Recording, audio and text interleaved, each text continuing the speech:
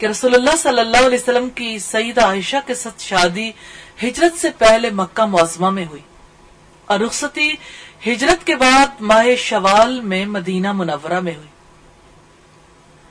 پھر ہم دیکھتے ہیں کہ اب صلی اللہ علیہ وسلم کا اس گرانے سے اس موڑ پر تعلق بنا تھا جب مکہ میں بہت گھٹن تھی، مکہ کی فضائیں اللہ کے رسول صلی اللہ علیہ وسلم کی وہاں سے رخصتی پر نوحہ کنا تھی۔ اب صلی اللہ علیہ وسلم کو وہ سرزمین بہت محبوب تھی۔ جب آپ وہاں سے رخصت ہوئے تو آپ نے سرزمین مکہ کو مخاطب کر کے کہا تھا کہ اے سرزمین مکہ، تو دنیا کی ساری زمینوں میں سے مجھے سب سے محبوب ہے، اگر مجھے یہاں کے رہنے والے نہ نکالتے تو میں یہاں سے کبھی نہ نکلتا۔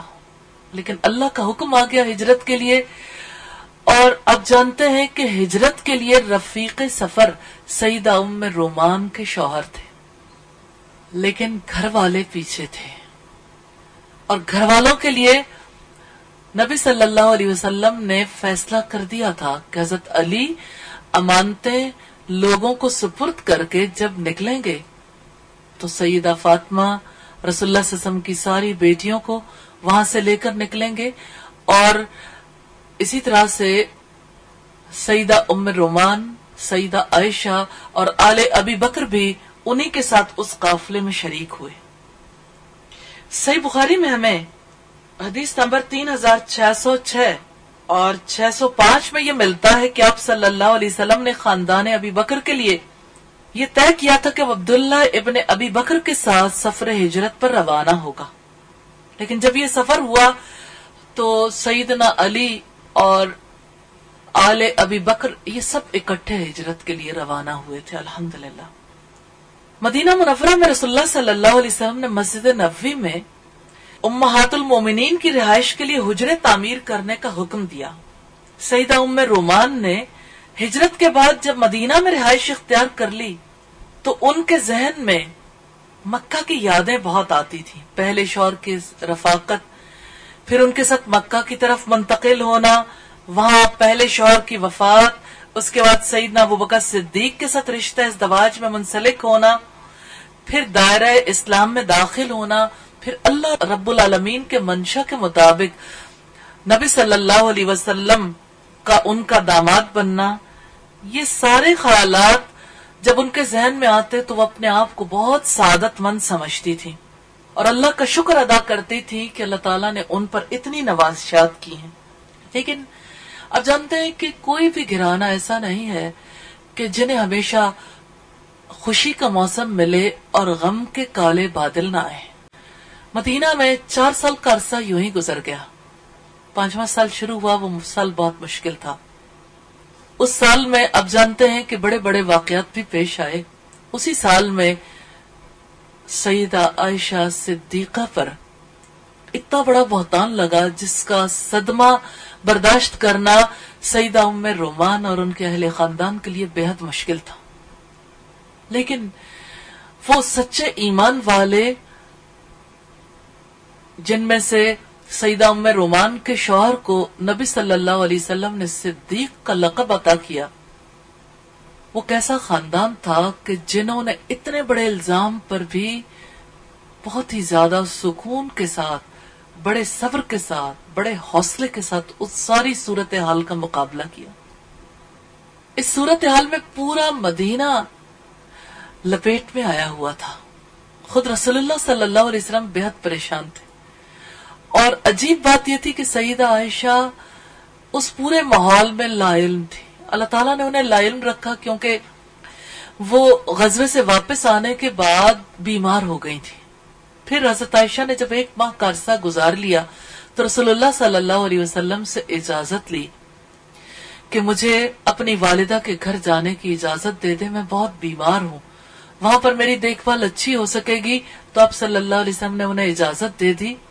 سیدہ عائشہ جب اس گھر میں آئیں تو تب انہیں گھر میں آنے کے بعد بھی اطلاع نہیں دی گئی، سیدہ ام رومان نے خود اطلاع نہیں دی، لیکن مستہ جو حضرت ابوبکر صدیق کے خالہ کا بیٹا تھا وہ بھی اس مہم میں پوری طرح سے شریک تھا۔ عبداللہ ابن ابی کا یہ فتنہ تھا جس فتنے نے مسلمانوں کو، منافقوں کو، سب کو اپنے لپیٹ میں لے رکھا تھا. رات کو جب سیدہ عائشہ ضروریات سے فارغ ہونے کے لیے باہر نکلی، کیونکہ اس دور میں ٹوائلٹس گھروں کے اندر نہیں ہوا کرتے تھے، جب وہ انہیں ساتھ لے کر نکلی تو سیدہ عائشہ کو ٹھوکر لگی. تو مستہ کی والدہ نے کہا مستہ کا برا ہو. تو حضرت عائشہ نے کہا کہ آپ اس کو برا کہتی ہو کہ جس نے بدر کی جنگ میں رسول اللہ کے ساتھ حصہ لیا. آپ ایک ایمان والے کے بارے میں ایسی بات کرتی ہو، آپ کا تو بیٹا ایسا ہے. بیٹے کی خصوصیات گنوائی. تو مستہ کی والدہ نے کہا بٹیا تجھے کچھ خبر نہیں کہ مستہ نے کیا کیا، ارد گرد کیا خبریں ہیں. سیدہ عائشہ کہتی ہیں کہ میں بھول گئی کہ میں کس مقصد کے لیے آئی تھی، اور میں نے مستہ کی والدہ سے کہا کہ مجھے بتاؤ کہ ہوا کیا. انہوں نے سارا واقعہ کہہ سنایا. سیدہ عائشہ گھر واپس آئیں. سیدہ ام رومان اور حضرت ابوبکر صدیق بیٹھے تھے. کبھی ماں کے پاس جاتی تھی، کبھی باپ کے پاس کہ بولو یہ سب کچھ کیا ہے، کیا آپ نہیں جانتے کہ میں کیسی ہوں. اور سیدہ ام رومان اس کے جواب میں ایک ہی بات کہتی تھی کہ بیٹا مجھے کچھ پتا نہیں. نہ انہوں نے کسی کو برا بھلا کہا، نہ انہوں نے اس موقع پر کسی قسم کی اور بات کی. زبان کی کیسی حفاظت تھی اور کیسی وہ شخصیت تھی. اس موقع پر انہوں نے بس اتنی بات کہی کہ مجھے کچھ پتا نہیں یہ کیا معاملہ ہے. حضرت ابوبکر صدیق نے بھی یہی جواب دیا میں نہیں جانتا، کچھ پتا نہیں کہ یہ کیا معاملہ ہے. پھر اللہ تعالیٰ کی طرف سے وہ وقت قریب آ گیا جب سیدہ عائشہ کی برات نازل ہونی تھی. رسول اللہ صلی اللہ علیہ وسلم اس گھر میں تشریف لائے. سیدہ عائشہ نے رسول اللہ سے پوچھا. رسول اللہ صلی اللہ علیہ وسلم نے حضرت عائشہ سے کہا کہ عائشہ اگر کوئی خطا ہوئی، غلطی ہو گئی تو دنیا میں اللہ تعالیٰ سے معافی مانگ لو گی تو اللہ تعالیٰ معاف کر دیں گے. حضرت عائشہ شدت غم سے رسول اللہ صلی اللہ علیہ وسلم سے کہنے لگی کہ آپ سب کو کیا ہو گیا. اپنے گھر والوں سے کہا آپ سب کو کیا ہو گیا، ایک ہی بات ہے جس پر سب نے یقین کر لیا. آنسو بہاتے ہوئے دوسری طرف رخ کر کے لیٹ گئی.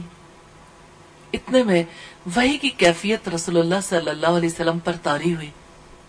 پھر جب وحی نازل ہو چکی تو آپ مسکرا دیے. اس موقع پر آپ صلی اللہ علیہ وسلم نے حضرت عائشہ کو مبارکباد دی. اس موقع پر بھی سیدہ ام رومان کا رول دیکھیے رضی اللہ تعالی عنہ. کہتی ہیں عائشہ رسول اللہ کا شکریہ ادا کرو. ہاں ایک ماں کو اسی طرح اپنی بیٹی کو تلقین کرنی چاہیے تھی، لیکن سیدہ عائشہ ذہانت و فطانت میں با کمال تھیں، لیکن رسول اللہ صلی اللہ علیہ وسلم کی تربیت یافتہ تھی. کہنے لگی کہ نہ میں آپ دونوں کا شکریہ ادا کروں گی نہ رسول اللہ کا شکریہ ادا کروں گی. میری برات تو میرے رب نے نازل کی ہے آسمانوں سے، میں اسی کا شکر ادا کروں گی کہ آپ لوگوں نے تو میرے بارے میں کوئی بات نہیں کہی. تو یوں خاندان ابو بکر پر جو غم کے بادل چھائے تھے اللہ تعالیٰ کی طرف سے نازل ہونے والی وحی سے چھٹ گئے. خاندان ابو بکر کیسا عظیم خاندان تھا. اس خاندان کے لیے ان کے بچوں کے فیصلے آسمان سے نازل ہو رہے ہیں. اس خاندان کے لیے ایک بہت مشقت والا معاملہ سامنے آیا، بیٹی پر الزام لگا تو وہی آسمان سے نازل ہوئی.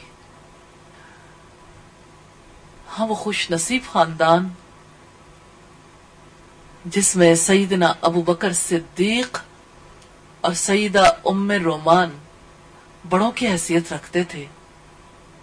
اللہ تعالیٰ نے انہیں کتنی بڑی سعادت دی تھی کہ وہ آخری نبی کے سانس اور سسر تھے. وہ نبی صلی اللہ علیہ وسلم پر ایمان لانے والے، آپ کے مشن کا ساتھ دینے والے تھے. سیدہ ام رومان نے اپنی بیٹی کی کیسی تربیت کی تھی. سیدنا ابوبکر صدیق بھی پیچھے نہیں تھے. حضرت عائشہ کو ہم دیکھتے ہیں کہ رسول اللہ صلی اللہ علیہ وسلم کے عقد میں آنے کے باوجود ان کے مزاج میں جو شگفتگی تھی وہ برقرار تھی. اور میں 2-3 مثالیں اس وجہ سے آپ کے سامنے رکھنا چاہتی ہوں کہ اس خاندان کے اثرات، سیدہ ام رومان کے اور سیدنا ابوبکر صدیق کے اثرات آپ کے سامنے واضح کرنے کے قابل ہو سکوں. ایک بار ایسا ہوا کہ آپ صلی اللہ علیہ وسلم کسی غزوے کے لیے تشریف لے گئے. واپسی پر ایک جگہ پڑاؤ ڈالا اور جب روانگی کا وقت آیا تو حضرت عائشہ کا ہار کھو گیا. ہر طرف ہار کی تلاش ہوئی لیکن بالآخر ہار نہیں ملا. تو آپ نے سارے قافلے کو حکم دے دیا کہ یہیں پڑاؤ ڈال لیں. سارے لوگ رک گئے لیکن دل میں بہت تکلیف تھی کہ نماز کا وقت ہو گیا اور ارد گرد پانی نہیں ہے. اس موقع پر لوگ شکوہ کرنے کے لیے حضرت ابوبکر صدیق کے پاس پہنچے. آپ کی بیٹی کی وجہ سے یہ سارا معاملہ ہوا. رسول اللہ کو تو کچھ کہہ نہیں سکتے تھے. حضرت ابوبکر صدیق اس بات پر بہت زیادہ تکلیف میں تھے. وہ حضرت عائشہ کے پاس پہنچے. جب گئے تو دیکھا کہ رسول اللہ صلی اللہ علیہ وسلم نے حضرت عائشہ کی ران پر سر رکھا ہے اور سو رہے ہیں. تو حضرت ابوبکر صدیق نے غصے کا اظہار کیا. بیٹی کی کوکھ میں کچھ چوکے دیے.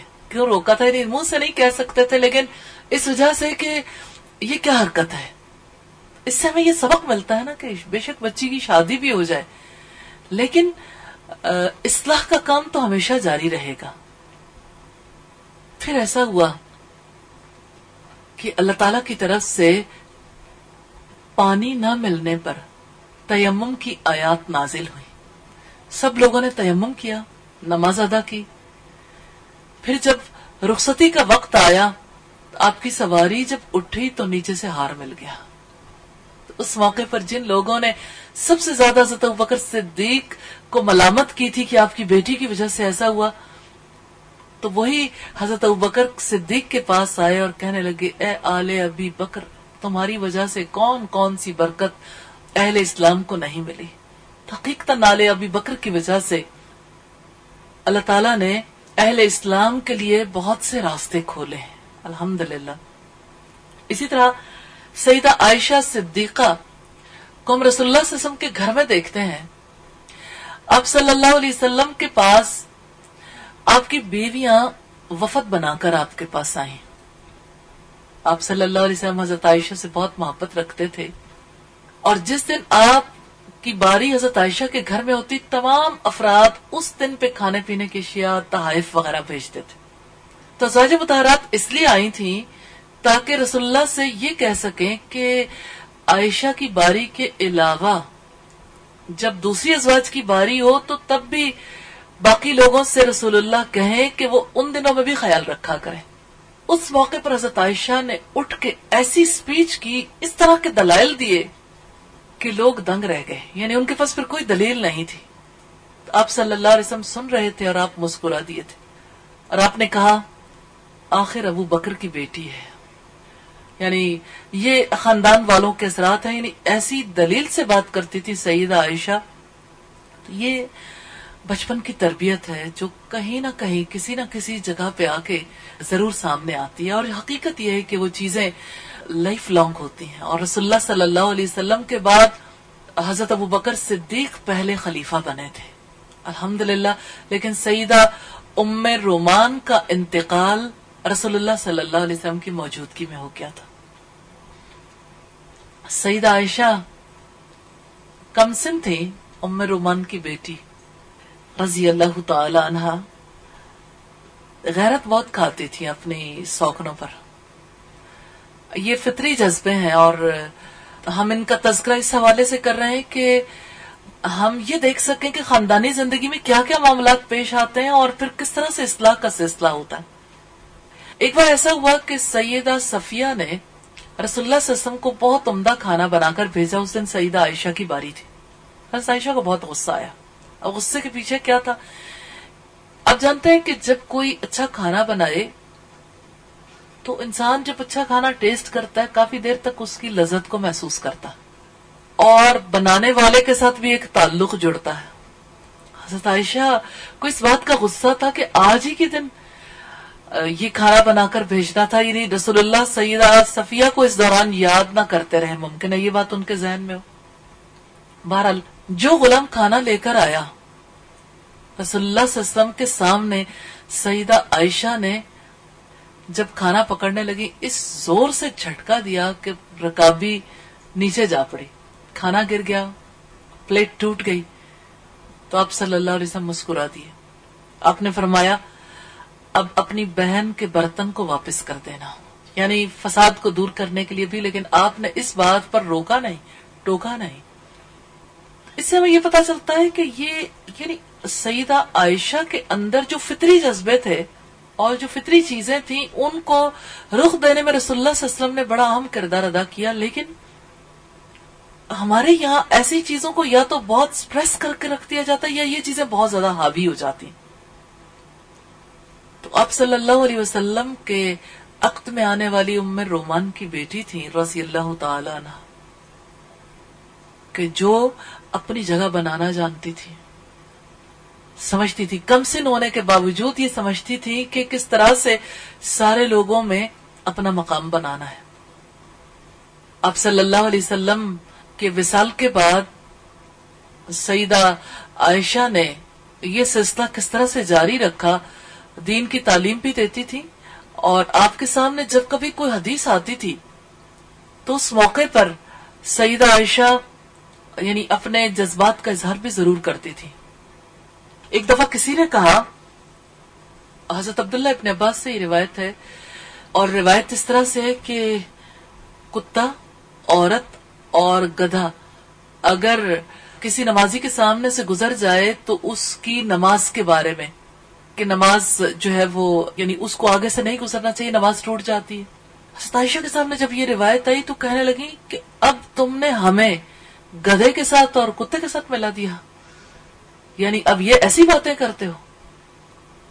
تو یعنی اس کے اوپر انہوں نے تنبیہ کی. اور اسی طرح سے سیدہ عائشہ رسول اللہ صلی اللہ علیہ وسلم سے بھی سوال کرتی تھی. جب آپ صلی اللہ علیہ وسلم جواب دیتے تھے تو پھر ان کے ساتھ باقاعدہ طور لاجیکل ریزننگ کرتی تھیں، اور یہ ریزننگ یقیناً اس میں نبی صلی اللہ علیہ وسلم کا بھی بہت اہم رول ہے، لیکن پیچھے سیدہ ام رومان اور سیدنا ابو بکر صدیق کی جھلک کو بھی ہم دیکھتے ہیں.